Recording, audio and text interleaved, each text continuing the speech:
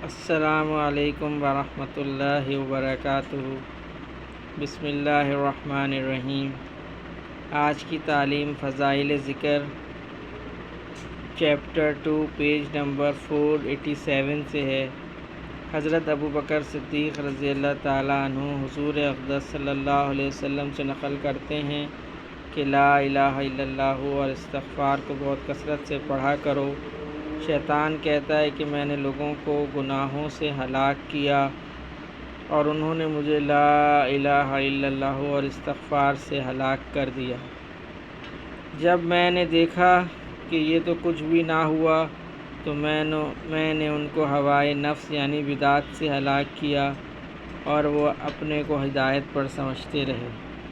فائدے میں حضرت فرماتے ہیں لا الہ الا اللہ اور استغفار سے ہلاک کیے جانے کا مطلب یہ ہے کہ شیطان کا منتہائی مقصد دل پر اپنا زہر چڑھانا ہے، جس کا ذکر باب اول فصل دویم کے نمبر 14 پر گزر چکا، اور یہ زہر جب ہی چڑھتا ہے جب دل اللہ کے ذکر سے خالی ہو، ورنہ شیطان کو ذلت کے ساتھ دل سے واپس ہونا پڑتا ہے، اور اللہ کا ذکر دلوں کی صفائی کا ذریعہ ہے۔ چنانچہ مشکات میں حضور اقدس صلی اللہ علیہ وسلم سے نقل کیا ہے کہ ہر چیز کے لیے ایک صفائی ہوتی ہے، دلوں کی صفائی اللہ کا ذکر ہے۔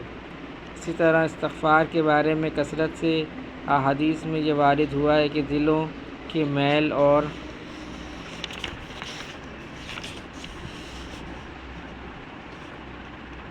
زنگ کو دور کرنے والا ہے۔ ابو علی وقاق رحمہ اللہ علیہ کہتے ہیں کہ جب بندہ اخلاص سے لا الہ الا اللہ کہتا ہے تو ایک دم دل صاف ہو جاتا ہے، جیسا آئینہ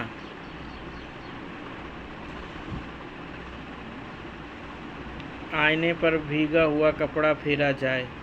پھر وہ لا الہ الا اللہ کہتا ہے تو صاف دل سے صاف دل پر اس کا نور ظاہر ہوتا ہے۔ ایسی صورت میں ظاہر ہے کہ شیطان کی ساری ہی کوشش بیکار ثابت ہو گئی اور ساری محنت رائے گاہ گئی۔ ہوائے نفس سے ہلاک کرنے کا مطلب یہ ہے کہ ناحق کو حق سمجھنے لگے اور جو دل میں آ جائے اسی کو دین اور مذہب بنا لے۔ قرآن شریف میں کئی جگہ اس کی مذمت وارد ہوئی ہے۔ ایک جگہ ارشاد ہے، سورہ جاثیہ کا رکوع نمبر 3،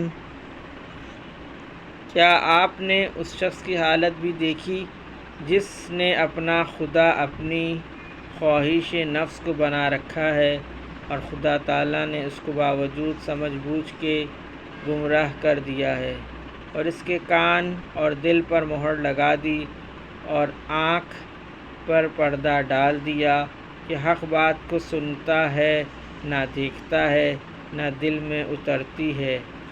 پس اللہ کے گمراہ کر دینے کے بعد کون ہدایت کر سکتا ہے؟ پھر بھی تم نہیں سمجھتے۔ ایک دوسری حدیث میں آپ صلی اللہ علیہ وسلم کی حدیث کا مفہوم ہے، حضور اقدس صلی اللہ علیہ وسلم کا ارشاد ہے کہ جو شخص بھی اس حال میں مرے کہ لا الہ الا اللہ محمد الرسول اللہ کے پکے دل سے شہادت دیتا ہو ضرور جنت میں داخل ہوگا۔ دوسری حدیث میں ہے کہ ضرور اس کی اللہ تعالیٰ مغفرت فرمائیں گے۔ فائدے میں حضرت فرماتے ہیں حضور اقدس صلی اللہ علیہ وسلم سے صحیح حدیث میں یہ بھی نقل کیا گیا کہ خوشخبری سنو اور دوسروں کو بھی بشارت سنا دو کہ جو شخص سچے دل سے لا الہ الا اللہ کا اقرار کرے وہ جنت میں داخل ہوگا، اور اللہ جل جلالہ کے یہاں اخلاص کی قدر ہے، اور اخلاص کے ساتھ تھوڑا سا عمل بھی بہت زیادہ اجر و ثواب رکھتا ہے۔ دنیا کے دکھاوے کے واسطے لوگوں کے خوش کرنے کے واسطے کوئی کام کیا جائے وہ تو ان کی سرکار میں بیکار ہے بلکہ کرنے والے کے لیے وبال ہے، لیکن اخلاص کے ساتھ تھوڑا سا عمل بھی بہت کچھ رنگ لاتا ہے۔ اس لیے اخلاص سے جو شخص کلمہ شہادت پڑھے اس کی ضرور مغفرت ہوگی اور وہ ضرور جنت میں داخل ہو کر ہو کر رہے گا۔ اس میں ذرا بھی تردد نہیں۔ یہ ممکن ہے کہ وہ اپنے گناہوں کی وجہ سے کچھ دن سزا بھگت کر داخل ہو، لیکن ضروری نہیں۔ کسی مخلص کا اخلاص مالک الملک کو پسند ہو، اس کی کوئی خدمت ہی پسند آ جائے تو وہ سارے ہی گناہوں کو معاف فرما سکتے ہیں۔ ایسی کریم ذات پر ہم نہ مر مٹیں، کتنی سخت محرومی ہے۔ بہرحال ان احادیث میں کلمہ طیبہ کے پڑھنے والے کے لیے بہت کچھ وعدے ہیں، جن میں دونوں احتمال ہیں۔ قواعد کے موافق گناہوں کی سزا کے بعد معافی، اور کرم، لطف و احسان اور مراحم خسروانہ میں بلا عذاب معافی۔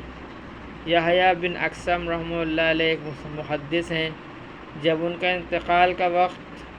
انتقال ہوا تو ایک شخص نے ان کو خواب میں دیکھا، ان سے پوچھا کیا گزری؟ فرمانے لگے کہ میری پیشی ہوئی، مجھ سے فرمایا اوہ گناہ گار بوڑھے، تو نے فلاں کام کیا، فلاں کیا، میرے گناہ گنوائے گئے اور کہا گیا کہ تو نے ایسے ایسے کام کیے۔ میں نے عرض کیا یا اللہ، مجھے آپ کی طرف سے یہ حدیث نہیں پہنچی۔ فرمایا اور کیا حدیث پہنچی؟